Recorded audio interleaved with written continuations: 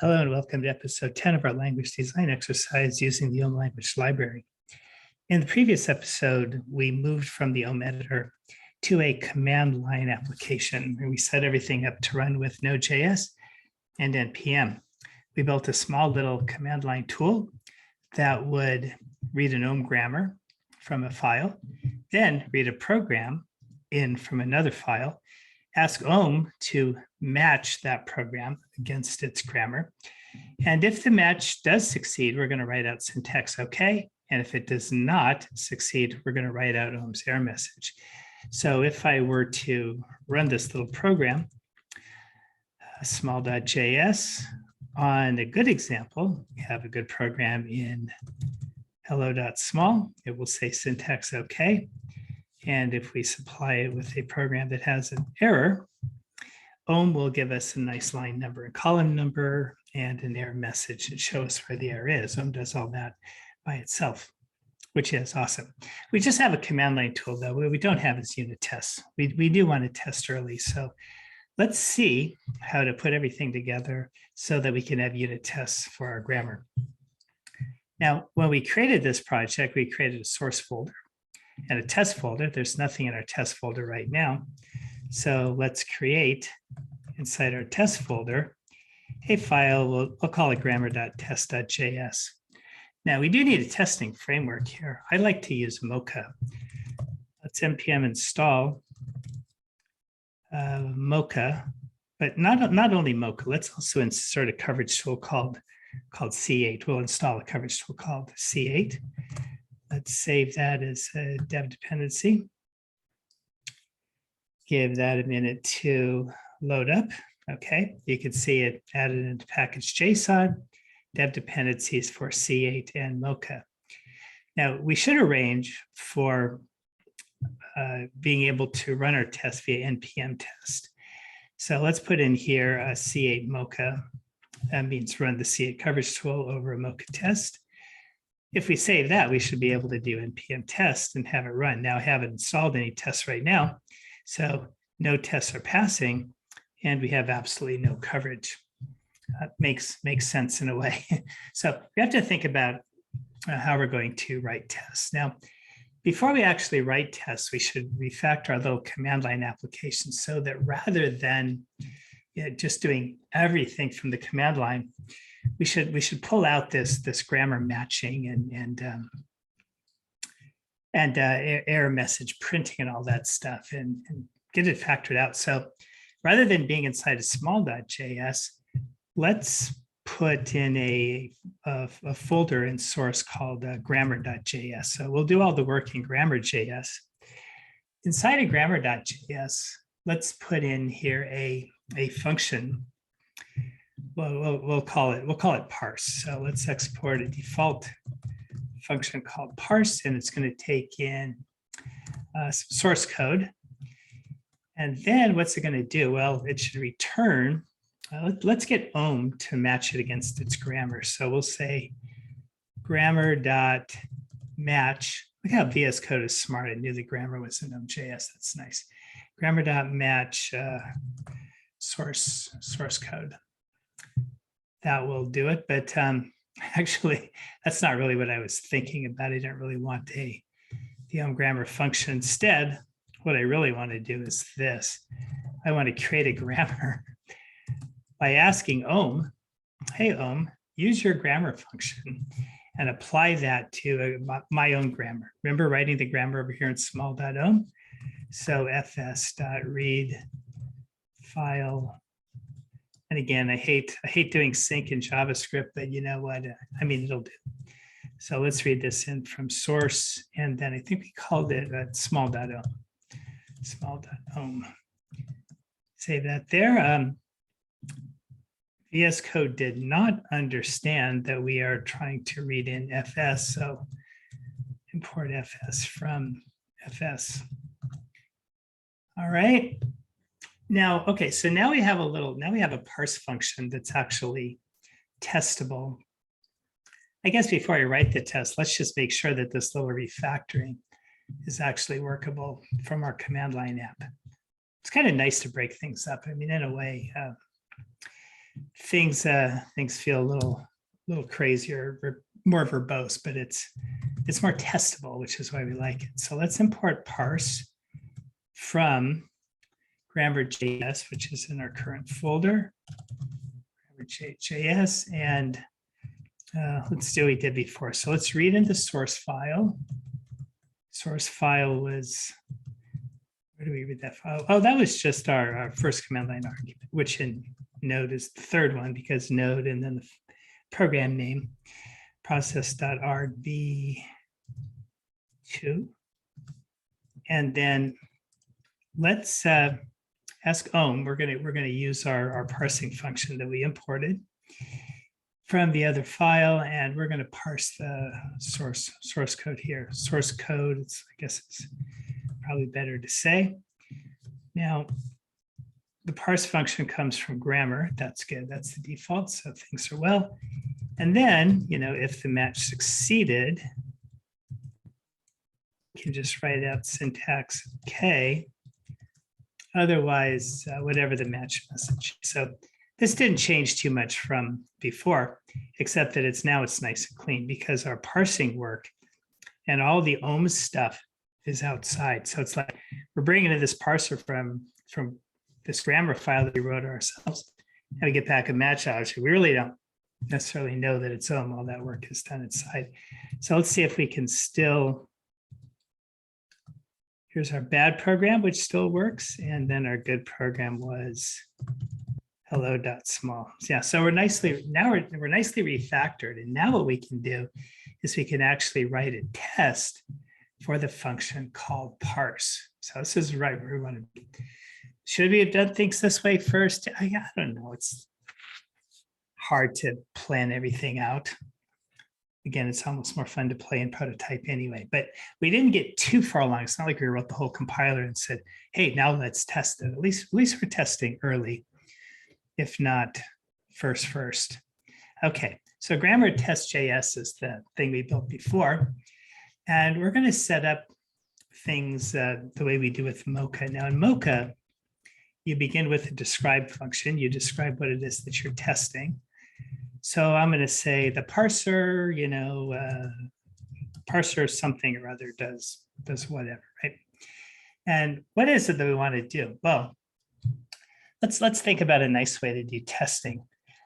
The parser is really responsible for doing a couple of things. It takes a program and it checks it against the grammar, right? It matches against the grammar, and then outputs an abstract syntax tree. We're not outputting abstract syntax trees right now. We would just like to check to make sure that any program we give it will correctly be matched, or the correct error or an error that we expect will be embedded in that match object that it produces for us. So we kind of have two kinds of checks. Check to make sure that certain things are okay, and check to make sure that certain things are bad. It's always good to have both positive and negative checks. So before I do this describe right here, I'm going to see if I can get up here and make a couple of arrays here. Let's make one called syntax checks, things that we want to work, and syntax errors, things that we want to fail. And for our syntax checks, what I'm going to do is put in a number of arrays. Each array will have a name, like we want to make sure that, say, hello world parses, right? So we're going to say, hey, so I want hello world to pass, and the program I want will look like this. We'll say print, hello world, and then I expect this to pass if I have a semicolon. I might also want to check that multiple statements, program has multiple statements. I'm going to just start to then make everything work rather than writing all the tests first. Maybe we should print the value 1, and then maybe a break statement and a break statement, and I don't know, return for something like this, multiple statements. And maybe we should test over here our variable declarations. So what kind of variable declarations work? Well, a program might say something like, let name be a string equal to What's a good name? Sparky. Sparky is a good dog name. And then maybe, I don't know, let matrix be an array of integers. And it's equal to, I don't know, empty array, something like that. So these are things that we want to pass. If you don't like how prettier we'll make like multiple lines and everything like that, keep your line shorter if you like. It's okay. It's okay to abbreviate right here. What kind of things are syntax errors? Well, one syntax error would be if an identifier was malformed. So if we had like a non-letter in an identifier, I'm just pulling stuff out of the top of my head. I'm going to show you how to do it systematically in a second. And then maybe something like AB, 3 is, there you go, something like this. This would be an example of something which is bad. And maybe actually, how about this? How about a malformed number? So an example of a malformed number might be a bunch of things and then a dot, and then maybe a semicolon, because we don't actually have anything after the decimal point, which we actually don't allow in this language. Okay, so now let's start writing the tests themselves. I want two kinds of tests. I want to iterate through everything in syntax checks, and I want to iterate through everything in syntax errors. So I can say something like for, let's see, we have a scenario name and a source code of syntax checks. So I want to iterate through this whole array. And inside of this array, I want to actually run a few tests. And each of these need to be positive. So for each scenario, I want to say, is this test recognized, or is this source program recognized? Yeah, I like that name, recognize. So we'll say for each one of these scenarios with source code, we want to say, oh, okay, so the test we want to do is that it recognizes the scenario. And how do we do that? Okay, well, our little function will simply do an assert that when we parse the source code, that will succeed. So dot succeeded, right? Okay, that's not an arrow. Okay, now that's an arrow. I just want to make sure that that succeeds. And that's good enough. It looks like Om is telling me, or VS Code is telling me I spelled succeeded wrong, which I did. And then we could do the same thing over here for our non-passing tests. I think copy paste this over K. We'll go through each of our syntax errors. And we'll make sure, we'll assert that they don't pass. By the way, assert comes from, it's a built-in, that's a built-in module in Node.js. So let's import assert from assert. It's built in, so we don't need any fancy quotes or anything like that. Oh, and we are invoking parse on here too. So let's make sure to import parse from. Okay, now we can't just say dot grammar.js because we're in the test folder now. Since we're in the test folder, we have to go up one folder and down into source to get this here. Why is it unhappy over here? Import can only be used in TypeScript files. I have no idea what's going on there. Did I said type module.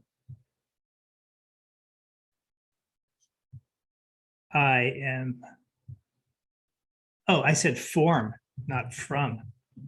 Geez, I said form, not from, and it told me that I could only use import in a type. I'm like, okay, in TypeScript. Sorry, that's just kind of weird. All right, back to the terminal. Let's npm test and see if things work. Oh, yes. Well, actually, 4 tests fail, and 4 tests pass and 1 fails. Hello World did not work. I wonder what's wrong with Hello World.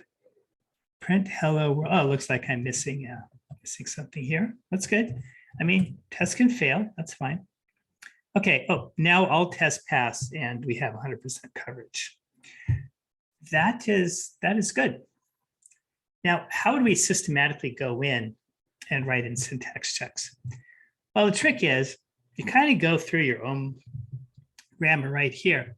And every time you see a line, you try to write tests that really match up here, like write a test for assignments, write tests for whiles, write tests for if statements, write tests for breaks. Kind of write as many as you can think of and try and capture all the different variations. I mean, now you only have so many days to live in your life. So, I mean, how much do you really want to write? I don't know. Well, what I did is I actually wrote a number of tests on the side. I pre-wrote a number of tests. And I'm going to drop them right in over here and see how things work. So some of the tests that I'm writing here, which I just pasted in, I'm testing assignments, an if statement with no else part, an if statement that has an else part, an if statement with else ifs, whiles with empty blocks, whiles with one statement in the block, whiles with longer blocks. And so I just kind of went through a lot of the different cases in here. Did I cover all the cases? I don't know. I mean, some are interesting. I have sums and nos and show that I can index certain things. I have non-Latin letters and identifiers. I want to make sure Unicode is handled nicely. I want to make sure emojis are handled nicely. I want to deal with my escapes like new lines and tabs and my Unicode escapes, right? So that we can use \u and put in different code points to make sure everything's possible. And I also want to make sure that we don't accidentally match an if I have a variable name starting with an if. Maybe for fun, we can call this iffy. I don't know. And then, so I'm going to have all these, and then I'm going to run these tests. And I have a few failures in here, right? So a lot of these things pass, but then I go, oh, string literals with escapes. String literals with escapes failed. So what I have right here is a function, sorry, not a function, but a test that says, okay, return A with a \n and a \t and a \\, and a quote. Because, after all, in string literal, right, you want to escape your new lines, escape your tabs, escape your backslashes, and escape your quotes. And that test was failing. And this is where we get to is, it's when you write tests that you realize that you have forgotten some things in your language. And I actually remember that we really quickly kind of went through all these escapes in our string literals, and I only put in a new line escape. I mean, I totally forgot to say we should be able to use \t for tabs. And what else could we, what else should we be able to escape in here? Let's see, we escape new lines, we escape tabs, we should escape backslashes, right? So escape the backslash, and we should escape the double quote. Yeah, now it does look, now remember, Ohm is using backslash for the escape. So if we want to use the backslash, we have to \\. I know it's a little annoying, but that's how it goes. Let's see if this is enough to get our test to pass.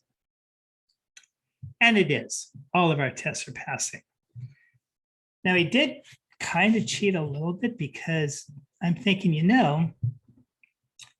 we have these Unicode escapes here too. I actually never handled them directly inside of my grammar. I sort of forgot those too. And as of right now, and we're just checking the syntax, that's okay. But later, when we do semantic analysis, we want to make sure that our grammar can handle them and handle them properly. But we're going to keep on building up our tests. Every time we add the analyzer test and the optimizer test and the generator test, we'll keep the old tests. So if we ever do change the grammar in the future based on problems we see in our semantic analyzer, we'll have all of our tests in place, which protect us. And that's a good thing. Okay, now when it comes to more syntax errors, let's talk a little bit about syntax errors just for a second. all I'm testing right now is that if I have a syntax error, that error will be caught. But our parser is actually going to tell us the line number and column number, maybe even give us a message out there. So it might be nice to say something like, not just did the match fail, but did we get a match that we, sorry, did we get an error message that we expected? So you may remember we have a bad program right here. One of the things it tells us is the line number and column number where we see the error. So it might be nice over here to say something like, all right, not only do I want this match to fail, but I want my message to say, hey, I saw a failure at line 1, column 3. I mean, this is actually where I saw a problem. And this one here would be column 1, 2, 3, 4, 5, 6, 7, 8, 9. And right over here at line 10, column 10, that it sees a problem. So we say line 1, column 10. And so what I'm doing now is when I'm checking syntax errors, it's not just the scenario and the source, but it's also a pattern that I want to see in my error message. The test that I'm interested here is not only did the test fail, but also I'd like to assert that the pattern, when tested against the match message, has something that we expect. So let's test against match message. Okay, now let's run this. Sorry, the test, not that. The test don't quite pass over here. Oh, match is not defined. Well, match is not defined because what I should say is I want my match to be the result of parsing the source code. Okay. And then here I can just say, assert that match did not succeed. It doesn't like match. Didn't spell it right. Thank you, VS Code. And there we go. Everything passes. And now, as you'd imagine, I actually created a number of syntax errors previously. I will drop them in here into syntax errors and just tell you really quickly what kind of things you see. Floats with an E but no exponent, see 5.1 E, but then there's nothing after the E. Missing right operands. There's no such thing as an underscore operator. I can't start a return with a parenthesis. Now you can probably come up with many, many more dozens of these than I have right here. But what I have right now is a start. When I test it, do you have some errors over here? A string literal with a code point too long and an unknown escape. So I was actually testing. I was testing to make sure that the \z was an unknown escape and would be not allowed. But that test that I wanted to fail, I'm sorry, this program that I wanted to not parse, I wanted my test to say, hey, test, make sure you catch an error there. No error was caught. And the reason for that is, okay, I guess we really do need to handle these parts of the grammar because I don't want \z to ever appear in the string. I want that to be illegal. Also, I want to be able to say that if I do a \u and I specify something that's too long, I also want that to fail. Or in other words, I want it to not match. I want the program to be illegal. But I didn't actually do that here. So I guess we have to go back to the grammar now and then try and handle all this stuff properly. And then we'll be done. So this is a good example of when you write tests and then you find out that your language is still not right. I mean, should I have thought about this stuff when we were back in the OM editor land? Yeah, probably. But you know what? It's sometimes you kind of want to build up this huge set of tests in a big program anyway. So I like to use the OM editor to get us like 99% of the way in. So this is kind of fine here. Okay, so let's think about our characters now. So I can have new lines, tabs, backslashes, and single quotes to be, they need to be escaped. But then when I say, okay, if it's not one of these, then I don't want a double quote. I don't want a new line, but I also don't want to have a backslash. So not having this backslash right here means that my backslash Z that I had over there will fail. Okay. Let's make sure that that's the case. Run my tests and I see that now I'm just not passing U escapes and code points too long, right? So that other test is now fine. So I want to handle this thing about this backslash U business, right? Now, the idea here is that good programs, and you've seen this in JavaScript before, right? Maybe you have. Let's bring up a node terminal really fast. Perhaps you've seen how you can say \u and then curly's, you put in a, is it one F4A9? Is that the poop emoji? Yeah. So \u followed by like any character, like 41 is the capital letter A, and 2212 is something or other, 2218. There's some interesting math things in there. And then 1F4AA, there's some other characters down here. We want to do \u followed by between 1 and 6 hexadecimal digits. So the way we do that is we say I want a \u and one of these, and then I want to have 1 to 6 hex digits. 1 hex digit, then the second through the 6th should be optional. So the best way I know in Ohm to get 1 through 6 is be like this: 3, 4, 5, 6. Sorry, I don't know another way to do this. And then here, and then this will be a Unicode escape. Do like this, and that's getting a little bit long. So let's clean this up a little bit, tidy this up, line things up a little bit. So we're going to allow ourselves to have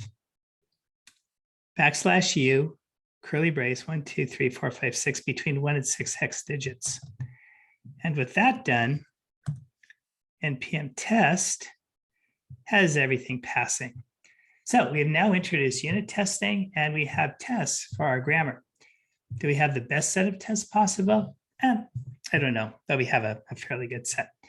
Okay, next time, we're actually going to create abstract syntax trees. But I did think it was important to spend one episode in showing how to wire in unit tests. Okay, so until next time, bye.